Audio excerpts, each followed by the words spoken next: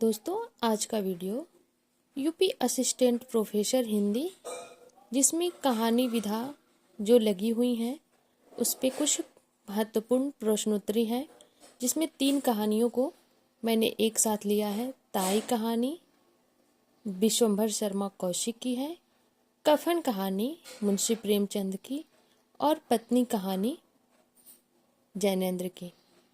तो आइए इस पे प्रश्नोत्तरी देखते हैं।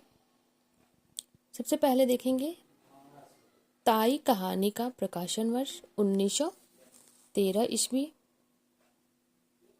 ताई कहानी में कुल कितने खंड हैं? तो 4 खंड हैं।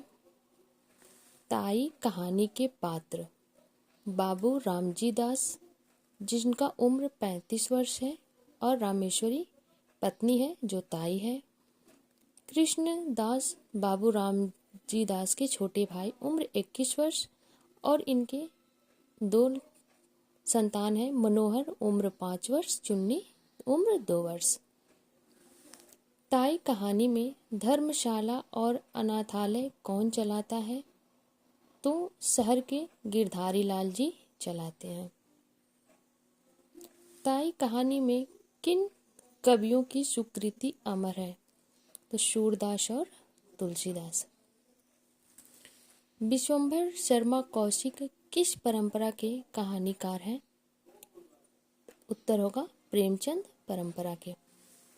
रक्षाबंधन कहानी संग्रह जो विश्वंभर शर्मा कौशिक की पहली कहानी संग्रह है, उसका प्रकाशन वर्ष और उसमें कितनी कहानियां संकलित हैं? तो उसमें कुल 24 कहानियां संकलित हैं और प्रकाशन वर्ष है 1913 ईस्वी। कफन कहानी का प्रकाशन वर्ष 1936 ईस्वी। लेखक हैं मुंशी प्रेमचंद। कफन कहानी के पात्र घीसू, जिसका उम्र 60 वर्ष है, उसके कुल 9 लड़के हुए थे, जिसमें से एक ही लड़का बचा था माधव, और घीसू की पत्नी का देहांत हो चुका था। और माधव की पत्नी थी बुधिया, जिससे माधव से पिछले वर्ष ही शादी हुई थी और वह प्रसव पीड़ा से मर जाती है। घीसू कितने साल पहले भरपेट दावत खाया था? तो 20 साल पहले। एक ठाकुर की शादी में गया था 20 साल पहले, तो भरपेट दावत खाया था, जिसका वर्णन इस कहानी में किया गया है। जमींदार ने तरस खाकर कितने रुपए दिए? जब बुधिया की मृत्यु हो जाती है तो कफन खरीदने के लिए जमींदार 2 रुपए घीसू की ओर फेंकता है। कफन के लिए घीसू कितना रुपए जमा किया? तो 2 रुपए जमींदार ने दिया था, और बाकी गांव वालों ने मिलाकर जो दिया तो उसके पास कुल जमा 5 रुपए हो गया था। जैनेन्द्र का प्रथम कहानी संग्रह फांसी 1929 ईस्वी। पत्नी कहानी में सुनंदा की उम्र कितनी थी? तो 20 से 22 वर्ष। सुनंदा का मकान कहाँ था? तो शहर के दूसरे तल्ले पर।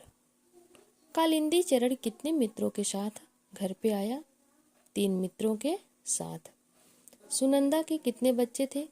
तो सुनंदा का एक छोटा सा बच्चा हुआ था जो मर चुका था। जैनेन्द्र के कहानियों का क्रम है, तो आइए इसे देखते हैं।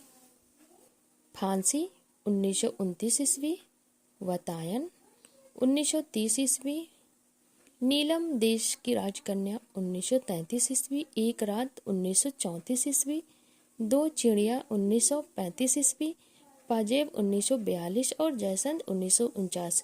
इसको याद करने का एक छोटा सा ट्रिक है कि फांसी हो रही थी, कहाँ पे हो रही थी? वतायन में। नीलम देश की राजकन्या को पता चला तो वह एक रात में 2 चिड़िया को देखी जो पाजेब पहनकर आपस में जयसंध कर रही थी। तो यह था प्रश्नोत्तरी। नेक्स्ट वीडियो में और कहानियों को लेकर के हम आएंगे, तो प्लीज़ आप इसे अंत तक जरूर पढ़िएगा, लाइक सब्सक्राइब जरूर करिएगा।